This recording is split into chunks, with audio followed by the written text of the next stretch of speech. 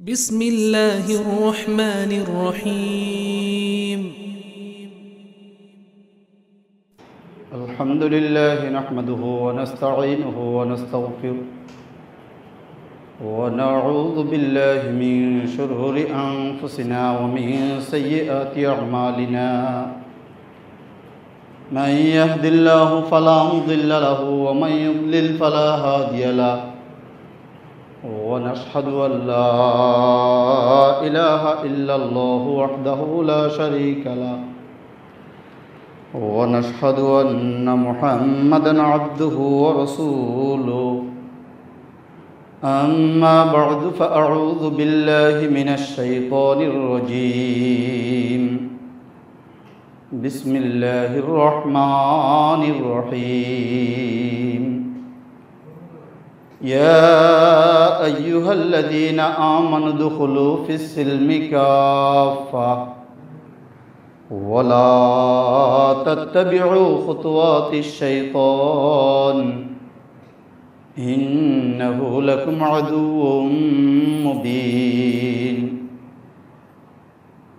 وقال صاحب القرآن وسيد الأبرار وصاحب الشريعة رسول الله صلى الله عليه وسلم الكفر ملة واحدة أو كما قال عليه الصلاة والسلام صدق الله العظيم وصدق رسوله النبي الكريم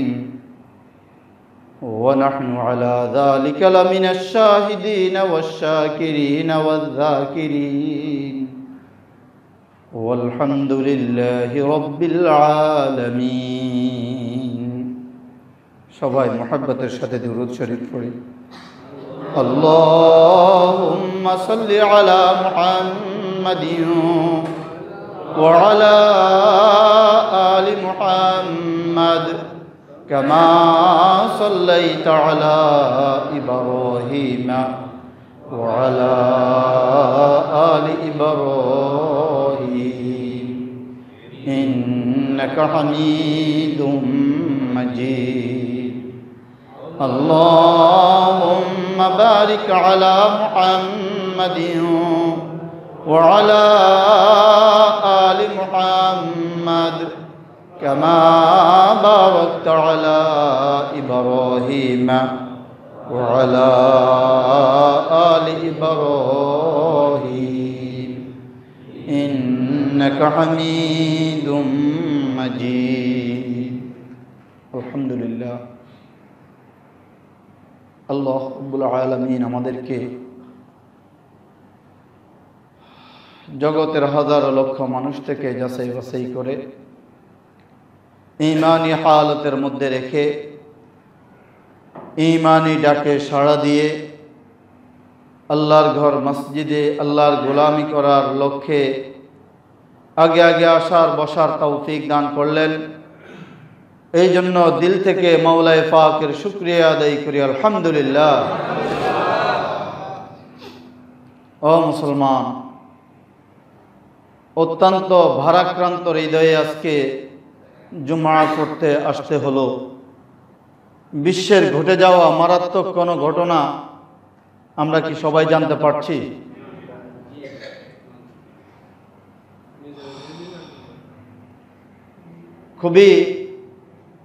খুবই মর্মাহত নির্মম ঘটনা। নিউজিল্যান্ডের ক্রাইস্টচার্চ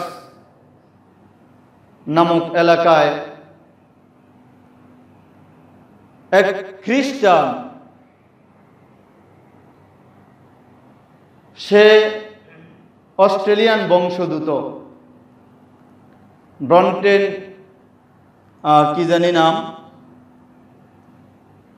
তার বাসা থেকে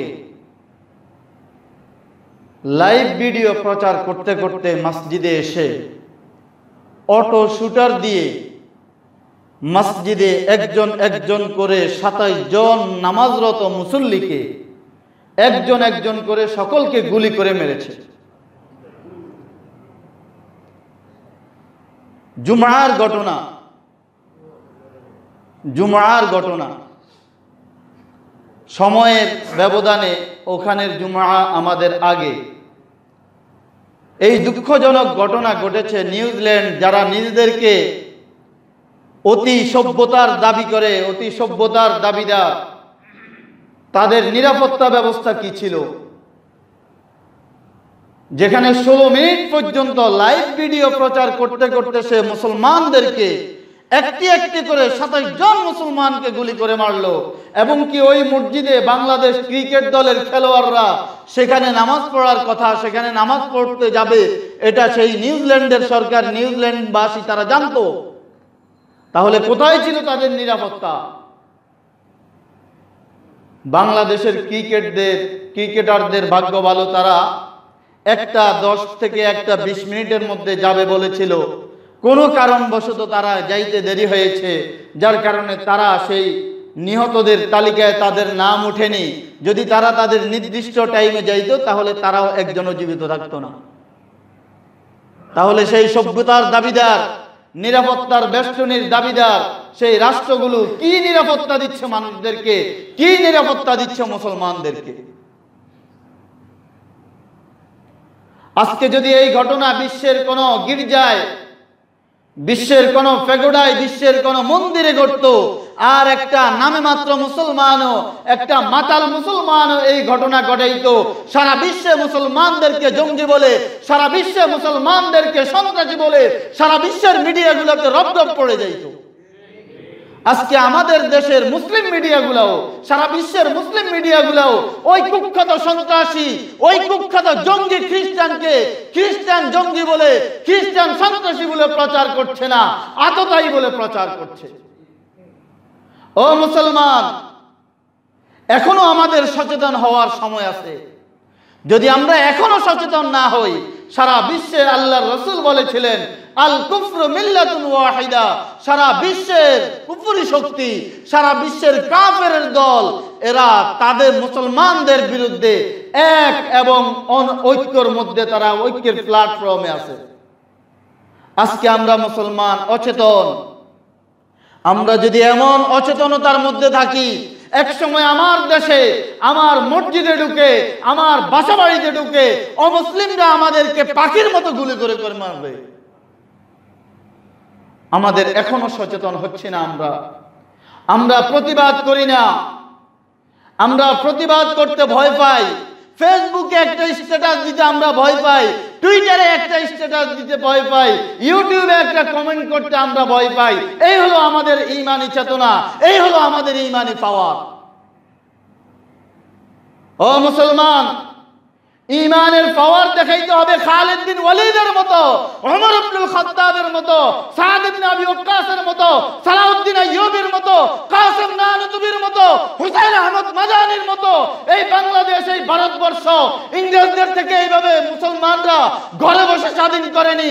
ইংরেজরা, আমরা মুসলমানদের ঘরে বসে থাকার কারণে ইংরেজদেরকে বিতাড়িত করা হয়নি। মুসলমান যখন ঈমানি পাওয়ার নিয়ে ওই কুখ্যাত সন্ত্রাসীদের বিরুদ্ধে, শোষণবাদ জালেমদের বিরুদ্ধে যখন রাস্তায় নেমেছে, এই ভারতবর্ষ স্বাধীন হয়েছে। আজকে আমরা তো আমাদের ঐতিহ্য ভুলে গেছি। আমরা আজকে ফেসবুকে একটা কমেন্টস করতে আমরা ভয় পাই, না জানি আমাকে জঙ্গি বলে কিনা। জঙ্গি আপনাকে বলবেই। আপনি বাসায় বসে থাকলেও আপনার গায়ে জঙ্গি ট্যাগ লাগিয়ে দিবে, কারণ একটাই, আপনি মুসলমান। আমাদের মিডিয়াগুলো সকাল থেকে যে কয়টা খবর শুনলাম, অবাক করা বিষয় হলো, প্রচার করতেছে আততায়ীর গুলিতে। হয়তো তাকে বানিয়ে দিবে পাগল, কারণ সে মুসলমান নয়। কারণ একটাই, সে মুসলমান নয়। আজ যদি মুসলমান হতো তাহলে প্রত্যেকটা মিডিয়া প্রচার করত তাকে জঙ্গি বলে, জঙ্গি বলে তাকে প্রচার করত। আমরা মুসলমানরা তাদেরকে বলি তারা উদার। আমরা মুসলমানরা বলি ইহুদি খ্রিস্টানরা তারা খুব উদার, তারা এই তাদের প্রশংসায় আমরা পঞ্চমুখ। তাদের নীতিগুলো আমাদের সামনে পর্দা হয়ে আছে, তাদের নীতিগুলো আমরা দেখি না। তাদের নীতি হলো কি? তাদের এক স্বজাতি দল মুসলমানদের উপর নির্মম অত্যাচার চালাবে, মুসলমানদেরকে কচু কাটা করবে, আর আরেক দল সেবার নামে যাবে তাদেরকে সেবা করতে। আমরা সেবাটাই দেখি। আক্রমণকারী কচু গাছের মতো কাটতেছে, ওই সন্ত্রাসীদেরকে তাদের কার্যকলাপ আর আমরা দেখি না। আমরা মুসলমানরা বাহ্যিকভাবে তাদের সেবাগুলো দেখে তাদের প্রশংসায় পঞ্চমুখ হয়ে যায়। বার্মায় সেই বৌদ্ধ সন্ত্রাসীরা আমার নিরীহ মুসলমান মা বোনদের উপরে, নিরীহ মুসলমানদের উপর আক্রমণ করে তাদেরকে ঘরবাড়ি ছাড়া করে, তাদেরকে আগুনে পোড়াইয়ে, তাদেরকে নির্বিচারে হত্যা করে দেশ ত্যাগ করতে বাধ্য করলো। সেই সন্ত্রাসীদের সন্ত্রাসীপনা আমাদের চোখে পড়ে না। আমাদের চোখে পড়ে অমুসলিম কিছু এনজিও, খ্রিস্টান কিছু এনজিও, অমুসলিম এনজিওরা রোহিঙ্গাদেরকে সাহায্য করতেছে, এই জন্য আমরা তাদের প্রশংসায় পঞ্চমুখ। এটাই বিশ্বময় ষড়যন্ত্র। এক দল অমুসলিম মুসলমানদেরকে কচুকাটা করবে, আরেক দল সেবার নামে ওই মুসলমানদেরকে ত্রাণ দেওয়ার নামে, মুসলমানদেরকে সাহায্য করার নামে তাদেরকে ঈমান হারা করে অমুসলিম বানানোর ফায়দারা করবে। এটাই হলো সারা বিশ্বের অমুসলিমদের বহুত বড় ষড়যন্ত্র। আজকে আমরা এই বিষয়গুলো দেখি না। খুবই অবাক করা বিষয় হলো, এটা প্রচার হচ্ছে অনেক ভদ্র ভাষায়, এটা প্রচার হচ্ছে অনেক সংগঠিত ভাষায়। কারণ কোন মন্দিরে আক্রমণ হয়নি, কারণ কোন ফেগোডায় আক্রমণ হয়নি, কারণ কোন গির্জায় আক্রমণ হয়নি, আক্রমণ হয়েছে মসজিদে। ও মুসলমান, এখনো যদি আমরা ঈমানের বলে বলিয়ান না হই, এখনো যদি আমরা আমাদের ঈমানি তাকত, ঈমানি কুওয়াত যদি আমরা না দেখাই, তাহলে একসময় আমাদেরকেও মসজিদে ঢুকে, ঘরে ঢুকে ঢুকে এই অমুসলিমরা হত্যা করতে তারা বসে আছে। দোয়া করি মাওলার দরবারে, ওগো মালিক, আমার যেই সমস্ত মুসলিম ভাইরা নামাজরত অবস্থায় শহীদ হয়েছে, আমি ভিডিওটা আমার কাছে আছে, আমি ভিডিওটা সেভ করে রাখছি। সে নিজে লাইভ প্রচার করেছে, লাইভ প্রচার করে সে হত্যা করতেছে, একটা একটা করে হত্যা করতেছে। দোয়া করি যেই সমস্ত মুসলিম ভাইদেরকে শহীদ করে দিলেন, আল্লাহ তাআলা যেন তাদের সকলের শাহাদাতকে কবুল করেন। অবাক করা বিষয় হলো, এমন ঘটনা যদি কোনো মুসলিম ঘটাইতো, তাহলে আজকে ফেসবুক, ইউটিউব, টুইটারে দেদারছে প্রচার হতো। আমি এই ভিডিওটা কয়েকবার ফেসবুকে দিতে চেয়েছি, বারবার ফেসবুক থেকে নোটিশ আসতেছে তারা এই ভিডিওকে সাপোর্ট করবে না, এবং কি নিউজিল্যান্ডের সরকার ঘোষণা করেছে এই অনলাইন জগৎ থেকে এই ভিডিওটাকে তারা সরিয়ে দিবে। কারণ একটাই, হত্যাকারী যে একজন খ্রিস্টান হত্যা করেছে মুসলমানদেরকে, এই জন্য এটাকে প্রচার হতে দেবে না।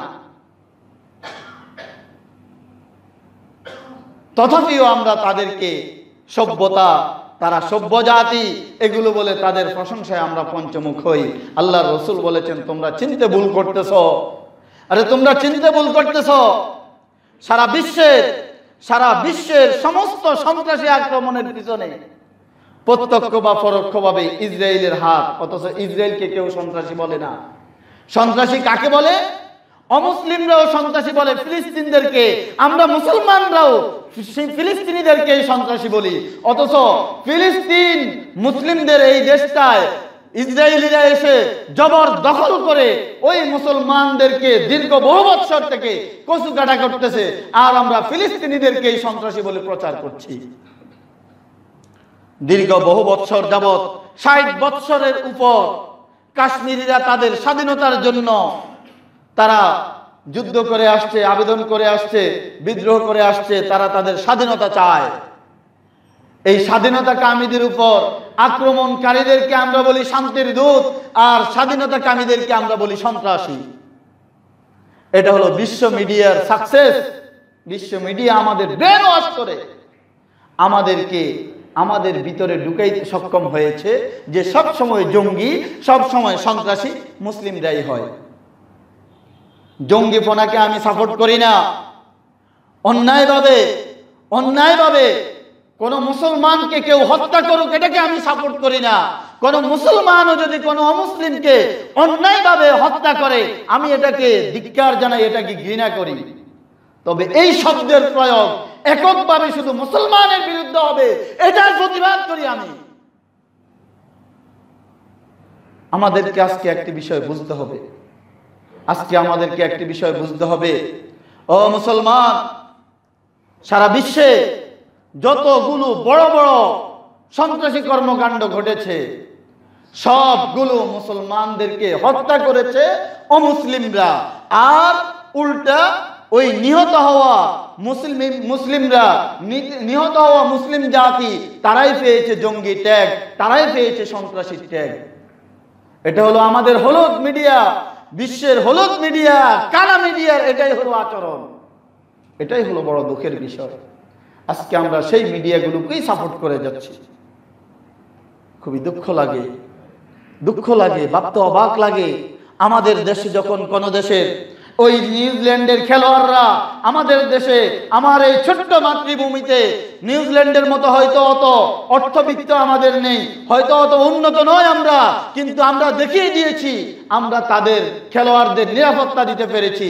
তারা কি করলো আমাদের খেলোয়াড় ভাইদের সাথে? ওরা তো সেই মসজিদে নামাজ পড়তে যাবে, এটা তো তাদের জানা ছিল, তারা কি নিরাপত্তা দিল? আজকে আমাদের প্রত্যেকের নিজের অবস্থান থেকে প্রতিবাদ জানানো, এটা আমাদের ঈমানি দায়িত্ব। প্রত্যেকেই নিজের অবস্থান থেকে প্রতিবাদ জানাইতে হবে। হয়তো আমাদের এই তথ্যগুলো, এমন একটা ঘটনা ঘটেছে অনেকের জানাও নেই, কারণ ঘটনা যে খ্রিস্টান ঘটিয়েছে এটাই কারণ। মুসলিম ঘটাইলে আমাদের জানা হয়ে যেত। ও মুসলমান, বিশ্বে এই জঙ্গি তৈরি হওয়া, মুসলিম কিছু যুবক বিপদগামী হচ্ছে, এটারও কারণ হলো মুসলিমরা, এটারও কারণ হলো বিশ্ব মিডিয়া। কারণ একটু ভেবে দেখুন, ফিলিস্তিনের একটা পরিবারে কথার কথা একটা যুবক, তার বয়স 30 বছর 35 বছর, সে হয়তো অন্য দেশে আছে, সে হয়তো সৌদি আরব, সে হয়তো লন্ডনে আছে, সে হয়তো বিভিন্ন দেশে আছে। যখন শুনে তার পরিবারের মা জীবিত নেই, তার পরিবারের বাবা জীবিত নেই, তার ছোট্ট আদরের বোনটা জীবিত নেই, তার স্ত্রীটা জীবিত নেই, সকলকেই ওই সন্ত্রাসী ইসরায়েলিরা হত্যা করে দিয়েছে, মশাল বিভিন্ন ধরনের বোমা আক্রমণ করে তার পুরো পরিবারকে হত্যা করে দিয়েছে, তখন সে কি হবে?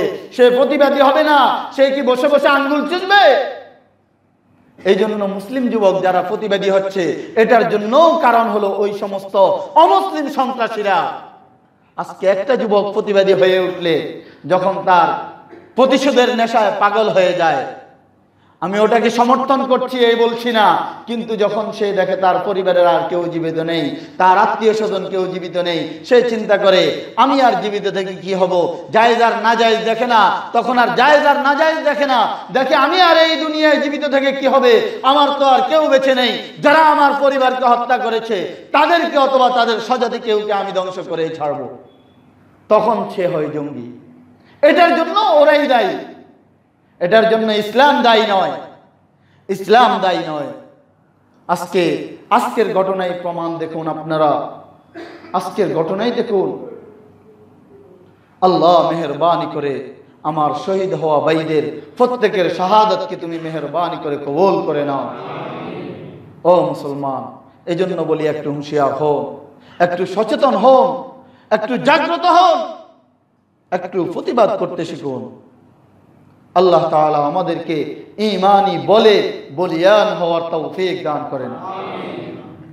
Assalamu alaikum wa rahmatullahi wa barakatuh. I hope you enjoyed and benefited from this video. If you did, then please do share it. And don't forget to subscribe to the channel for more amazing content.